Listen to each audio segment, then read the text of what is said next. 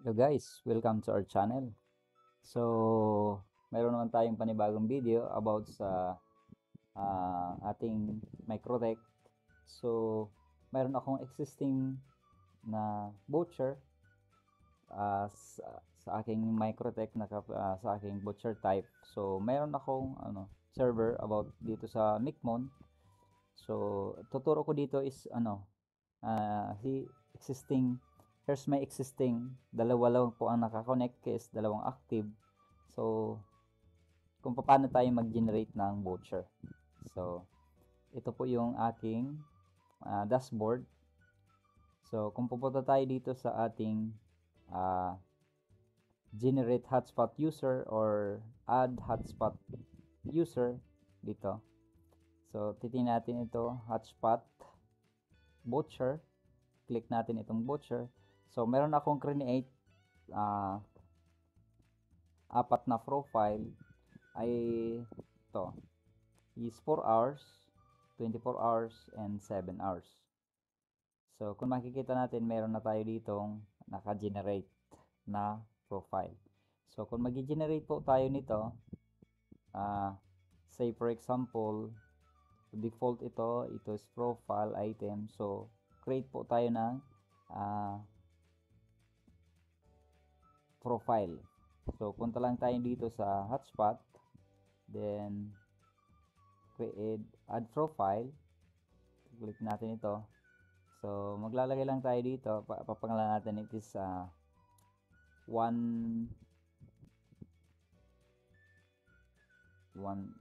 hour.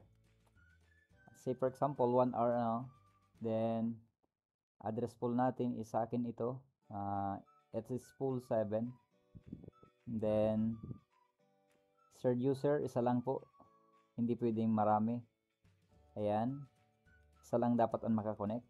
So lalagay natin dito, say for example pin sa inyo, sa akin is 3M 3 Mbps lang sa akin, 3M, then 3M. So expired mode, lalagay natin dito is notice and record. Click natin yan kasi kailangan natin may record siya. Then validity, lalagay natin, say for example 1 hour, ang validity natin is 1 hour. Ayan. So kung makikita natin dito sa right side, dito nakalagay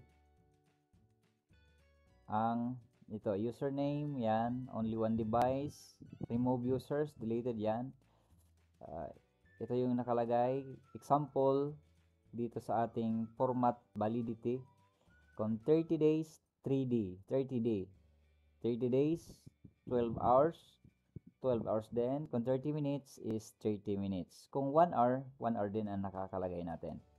So kung 1 hour, magkano ba ang bintahan natin? So, say for example, sasabihin natin 1 peso or 2 pesos. 2 pesos ang 1 hour. Hindi. Yan. Say for example, 2 pesos ang 1 hour.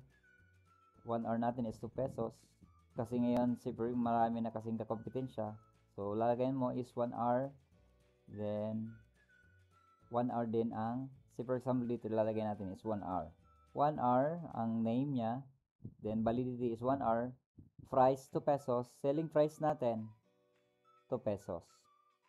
Price natin, kasi price natin 2 pesos yan. Then, lock users natin, enable lang natin siya. Okay? So, pag naka-enable, isa lang ang makagamit ng isang voucher na yan. So, parent queue, wala tayong ginawang parent queue doon sa Microtech, kaya hindi na natin siya lalagyan. Kasi parent queue, i-connect niya po yung lahat sa kanyang list. So, yun lang pag-create ng ating profile. Save lang natin. So, meron na tayong profile. So, tingnan natin dito sa dashboard natin. Then, titingnan natin dito sa voucher natin. Ayan. So, ito na yung create natin, 1 hour. Profile natin is 1 hour. 0 item. So, generate tayo ng voucher. So, create tayo. So, quantity, say for example, gagawa tayo ng 10 voucher. Ayan. Then, server natin, dito sa server hotspot na aking ginawa. Then, user mode, sa akin is user and password. Kasi pag username and password, only one lang ang lalabas. Dito sa username password, maglalagay ka po ng username and password. So, length, say for example, ang length natin is 3 lang. Then, prefix, hayaan lang natin yan, kahit wala. Then, characters, depende sa inyo kung anong gusto nyo rito. Sa akin, ito lang muna. Then, profile natin na nakalagay, di ba? 1 hour, kasi yun ang lalagay natin. Time limit, lalagyan natin siya ng time limit. Ibig sabihin, time limit natin is 1H. Ibig sabihin, 1 hour. Huwag natin siyang kalilimutan itong time limit. Although, mayroon naman siyang limit doon na nakalagay, lalagyan pa rin natin siya ng time limit. Okay? So, save natin. I-generate na natin siya. So, titingnan natin siya doon sa ating hotspot. Then, hotspot user. Taskbar. Dito tayo sa hotspot. Hindi dyan. Balik tayo dito sa voucher. Yan. So, meron na tayong create. May nakikita kayo, 10 items. So, kukutitan natin ito. Open natin siya. So, meron na tayong na-create na profile. So, kung paano natin yan ma-check kung gumagana ba ang profile natin. So,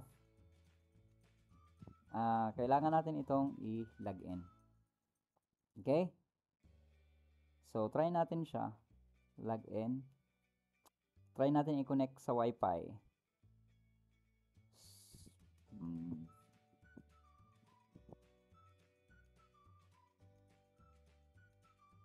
So, ang tagal.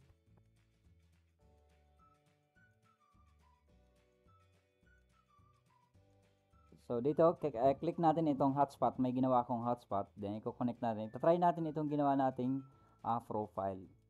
Butcher. Itong butcher.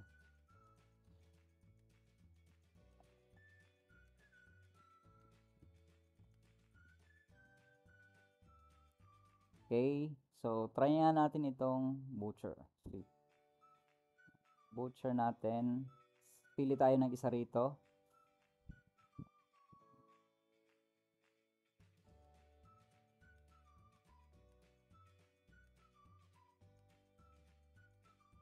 So, try nga natin itong mag-click ng isa.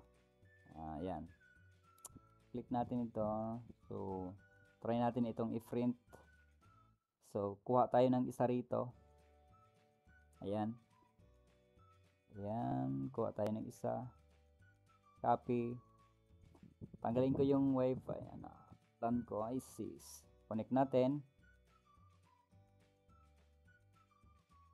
Ayan. Lumabas kasi. Try natin. Connect. Disconnect muna natin. Connect. So, ayan. Click natin itong member. So, ayan. May ginawa na ako. Ayan. Nakikita nyo. Then, paste lang natin dito. Ayan. Then, kuha tayo ulit. Dito sa print natin. Dito, itong password. Ayan. Copy. Then, password natin.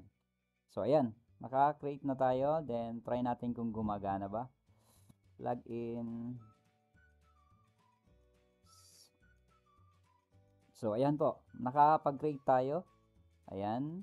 Meron tayong